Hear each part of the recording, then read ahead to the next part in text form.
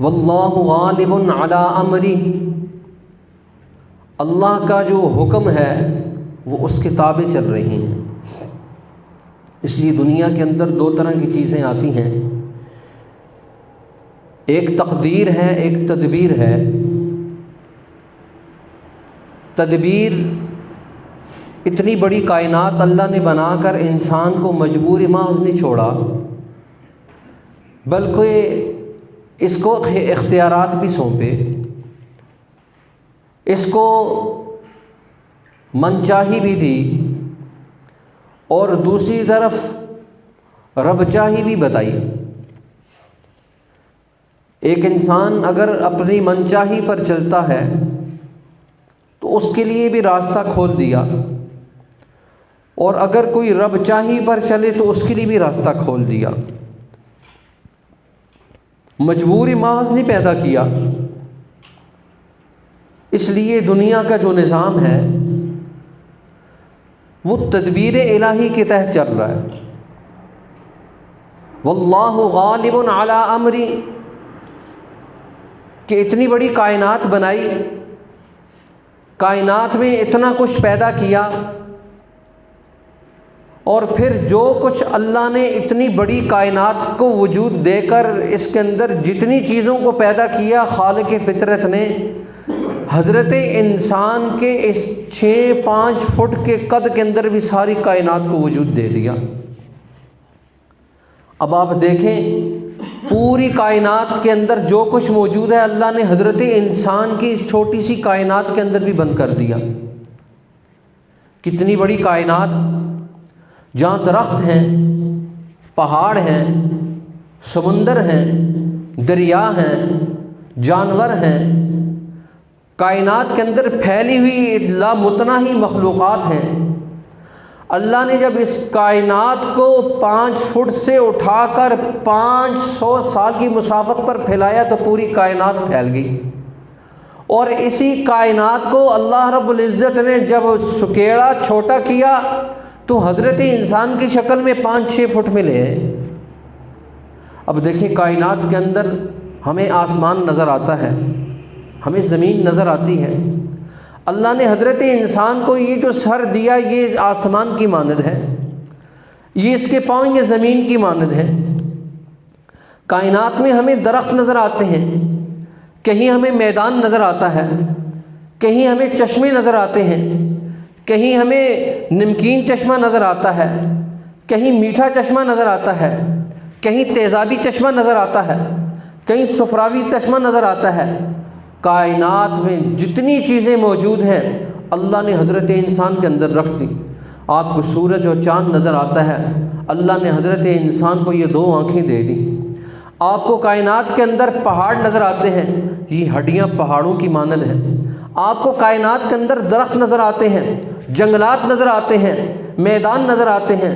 اللہ نے حضرت انسان کو دیکھے کیسا گھنا جنگل دیا، پھر کیسی گھنی یہ دی، پھر اس کے بعد کہیں بالکل چٹیل میدان، کہیں درخت کا بال کا نام و نشان نہیں، اور پھر کائنات کے اندر مختلف قسم کی اشیاء موجود، جانور موجود۔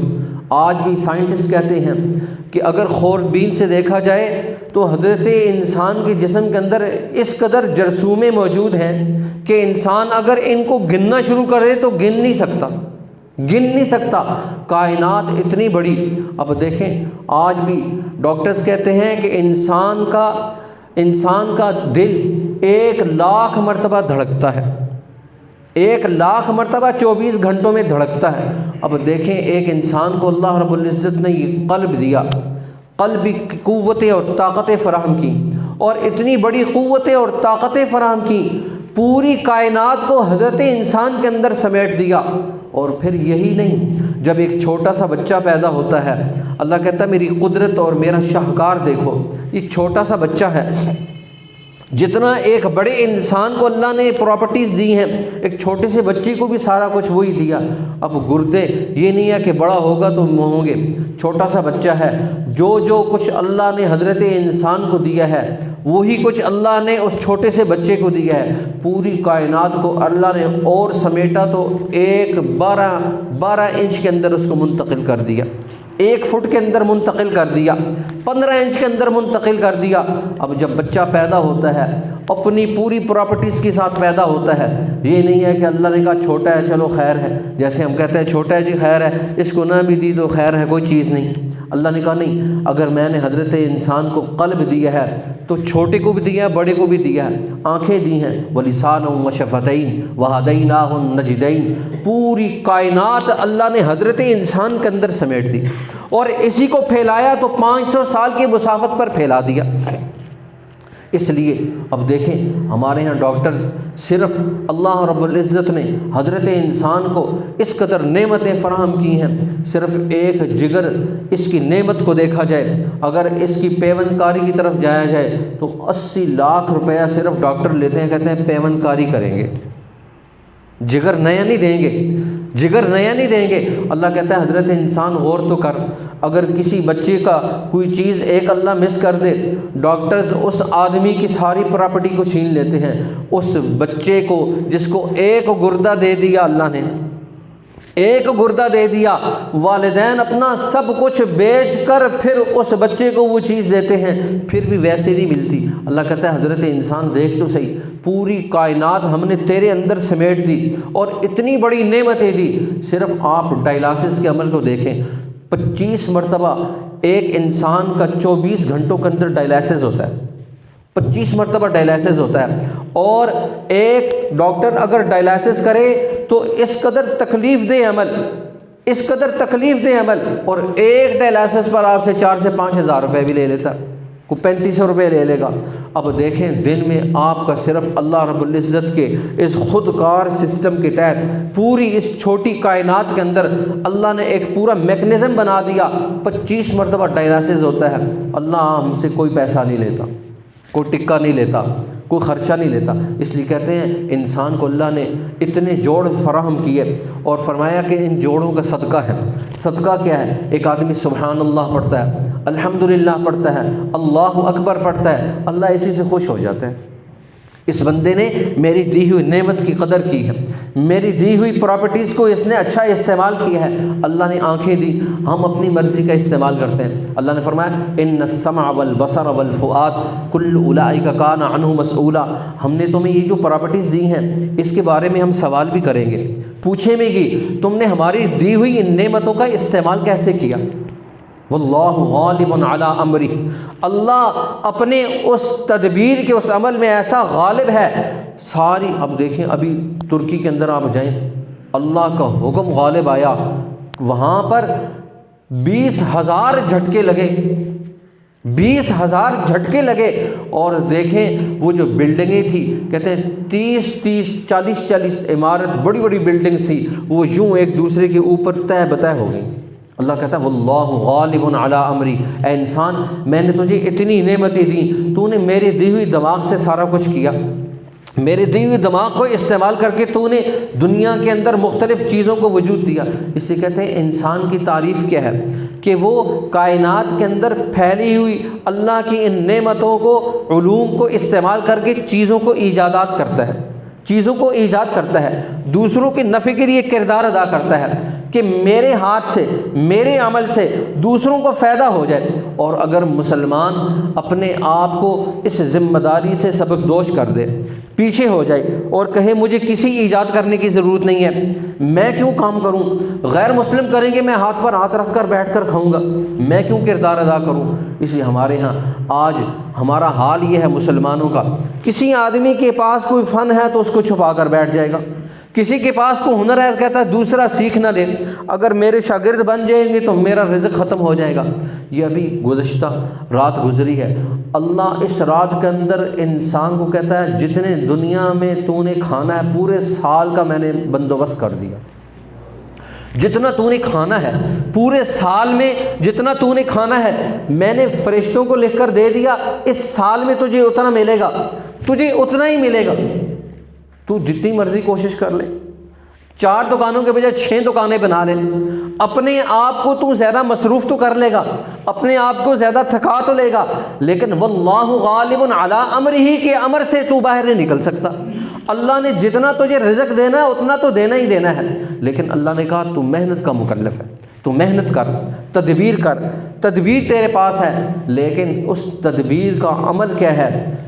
اس تدبیر کا عمل کیا ہے؟ تیرا ہر کام انسانیت کے نفع کے لیے، کردار ادا کرنے کے لیے ہو جائے، تیری ہر حرکت، تیری ہر سکون، تیرا ہر قدم، تیری ہر حرکت انسانیت کے نفع کے لیے ہو جائے۔ اس لیے رسول اللہ صلی اللہ علیہ وسلم نے فرمایا خیر الناس، انسانوں میں سب سے بہترین انسان وہ ہے من ینفع الناس، جو دوسرے انسانوں کے کام آ جائے، جو دوسرے انسانوں کے نفع کے لیے کردار ادا کرنا شروع کر دے۔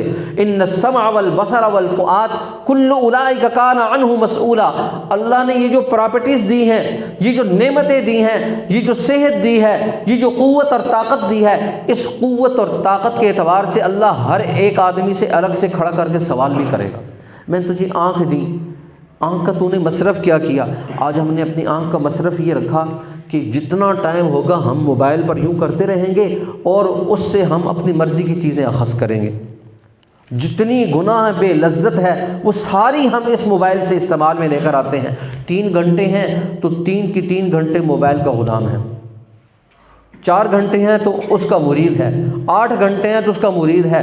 چھٹی ہو گئی تو اس نے کنڈی لگا کے موبائل نکال لیا، اب اس کو کوئی فکر نہیں، بچوں کی فکر نہیں، بیوی کی فکر نہیں، ماں کی فکر نہیں، بہن بھائی کی فکر نہیں، دوست کی فکر نہیں، ایک چیز اس کے ہاتھ میں آ گئی اور اس نے اسی کو استعمال کرنا شروع کر دیا۔ فرمایا آنکھ کی اللہ کی اتنی بڑی نعمت تھا۔ اب دیکھیں امام بخاری رحمہ اللہ کے بارے میں آتا ہے 40 سال تک انہوں نے بخاری شریف جب مرتب کی، اس کو لکھ رہے تھے، اس حال کے اندر لکھ رہے تھے، ایک دفعہ غسل فرماتے، پھر 2 رکعت پڑھتے، پھر روضہ اقدس پہ حاضری دیتے، وہاں مراقب ہوتے، پھر اس حدیث کی اجازت ملتی، اس کو بخاری میں منتقل کر دیتے، اور 40 سال اس انداز میں گزارے، 40 سال اس انداز میں گزارے، اپنی ساری دل و دماغ کی ساری قوتیں جو اللہ نے حضرت کو جو جتنی قوتیں مجھے اور آپ کو دیں، اتنی قوتیں امام بخاری رحمہ اللہ کو بھی دیں۔ انہوں نے 40 سال تک اس حال کے اندر بخاری کو مرتب کیا کہ صرف آپ کے کھانے میں روٹی کے ساتھ جو سالن ہوا کرتا تھا وہ پانی ہوا کرتا تھا، اور پانی کے ساتھ ڈبوتے اور کھاتے۔ اپنے وقت کو قیمتی بنایا، اپنی آنکھ کی قوت کو قیمتی بنایا، اپنے دل و دماغ کی قوت کو قیمتی بنایا، اور یہ نہیں تھا کہ میں اب کھانے کی فکر میں لگ جاؤں۔ ہمارے ہاں جب عمرے کرنے والے وہاں جاتے ہیں تو سب سے پہلے یہ سوچتے ہیں ہم کھائیں گے کیا، پئیں گے کیا، کیسے ہوگا۔ اب 21 دن کا پیکج ہے اور اس میں بھی اتنا کھاتے ہیں، تو زور کے لیے نکلے تو عصر کی نماز قضا ہو گئی، عصر کے لیے نکلے تو مغرب کا قضا ہو گئی۔ اولیاء اللہ کا حال یہ تھا، جب حرمین میں جاتے تو تھوڑا سا کھاتے تاکہ حرمین کی حاضری ہمیں نصیب ہو جائے، زیادہ سے زیادہ ہمیں حرم کے اندر بیٹھنا نصیب ہو جائے، روضہ اقدس کے سامنے بیٹھنا نصیب ہو جائے، جالیوں کے سامنے بیٹھنا نصیب ہو جائے، بیت اللہ الحرام کے سامنے بیٹھنا نصیب ہو جائے، کعبۃ اللہ کا دیدار نصیب ہو جائے۔ ہمارے یہاں وہاں جاتے ہیں اتنا کھا لیں گے، اس کے بعد جو ڈاکٹر کے پاس بھاگتے رہیں گے۔ اب ٹوٹل ملے ہی 21 دن ہیں، ان 21 دنوں کو بھی ہم نے کھانے پینے کی نظر کر دیا۔ اولیاء اللہ کا دل و دماغ یہ ہوتا ہے کہ اللہ نے یہ جو جتنی نعمتیں دی ہیں ہم نے ان نعمتوں کی قدر کرنی ہے۔ ایک اللہ والے دنیا سے جا رہے تھے تو ان کی بیٹی رونے لگی تو کہنے لگے کیوں روتی ہے؟ میں نے اس کمرے میں 70,000 قرآن مجید ختم کی ہیں، اس کمرے کے اس کونے میں 70,000 قرآن ختم کی ہیں، میں آخرت کا توشہ لے کے جا رہا ہوں، آج میرے اور آپ کے پاس آخرت کا توشہ کیا ہے؟ واللہ غالب علی امری، اللہ نے اختیار تو دے دیا لیکن موت کا وقت تو مقرر ہے۔ اب دیکھیں وہاں ترکیہ میں اچانک زلزلہ آیا اور سب کچھ ختم ہو گیا، پچھلے عرصے پاکستان میں اچانک آئے زلزلے، حادثات آئے، سب کچھ ختم ہو گیا۔ آدمی کہتا ہے خیر ہے پھر میں پڑھ لوں گا، خیر ہے پھر میں قرآن دیکھ لوں گا، خیر ہے میں پھر کوئی نیکی کا عمل کر لوں گا۔ جب نیکی کا عمل خیر کرتے چھوڑ دیتا ہے، شیطان ایسی پٹی پڑھاتا ہے، کہتا ہے خیر کرتا جا، یہاں تک کہ اس کے بال سفید کر دیتا ہے۔ اب وہ بیچارہ سجدہ کرتا ہے تو کہتا ہے گھٹنوں میں درد ہے، اب کرسی پر بیٹھ کر وہ کردار ادا کرتا ہے۔ سجدہ کرنے کی قوتیں ختم ہو گئیں، جھکنے کی قوتیں ختم ہو گئیں، ساری زندگی ہم من چاہی پر گزار دی، رب چاہی کو ہم نے دیکھا ہی نہیں، دل میں جو آیا ہم کر گزرے، لیکن اللہ کے قرآن کو ہم نے کھول کے دیکھا نہیں، اللہ کے قرآن کو سمجھنے کے لیے ہم تیار نہ ہوئے۔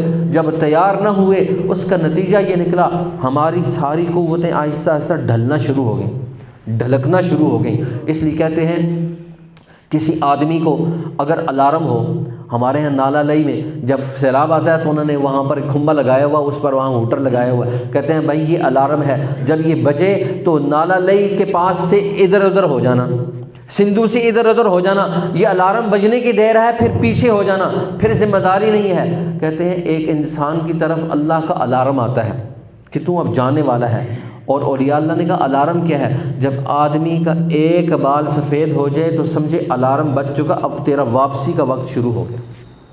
ایک سفید بات نکل آئے تو الارم بج چکا، تیرے واپسی کا وقت شروع ہو چکا، اب تو نے واپسی کی تیاری کرنی ہے۔ ہمارے ہاں حال یہ ہے، ہمارے بوڑھے جو ہیں وہ بھی پچھلے دور کے اندر بوڑھے تھے، ان کے ہاتھوں میں تسبیحاں ہوا کرتی تھیں، قرآن ہوا کرتا تھا، بوڑھیوں کے ہاتھ میں تسبیحاں ہوا کرتی تھیں، وہ اللہ اللہ کرتے تھے۔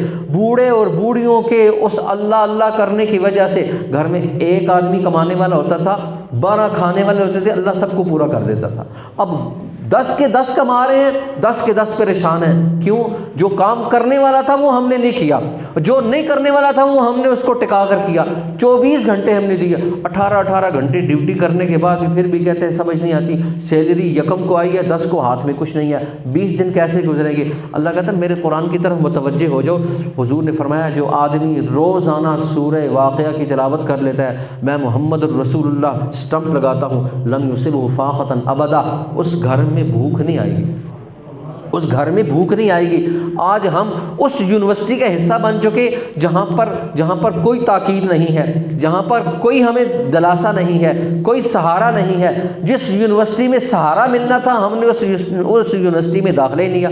محمد الرسول اللہ کی یونیورسٹی میں ہم داخلہ لیں گے پھر ہمیں پتہ چلے گا۔ حضور نے فرمایا رات کو سوتے میں سورہ ملک پڑھ لو، تیری قبر کا عذاب اللہ اٹھا دے گا، تیری قبر کا عذاب اللہ اٹھا دے گا۔ حضور نے فرمایا جو آدمی فجر کے وقت سورہ یاسین کو پڑھ لیتا ہے، اللہ فرماتے ہیں میں سارے دن کی تیری حاجات کو اپنے ذمہ لے لیتا ہوں، سارے دن کی حاجات کو اپنے ذمہ لے لیتا ہوں۔ تو جہاں جائے گا تیرا کام ہو چکا ہوگا، تو جہاں جائے گا تیرے مسئلے حل ہو چکے ہوں گے۔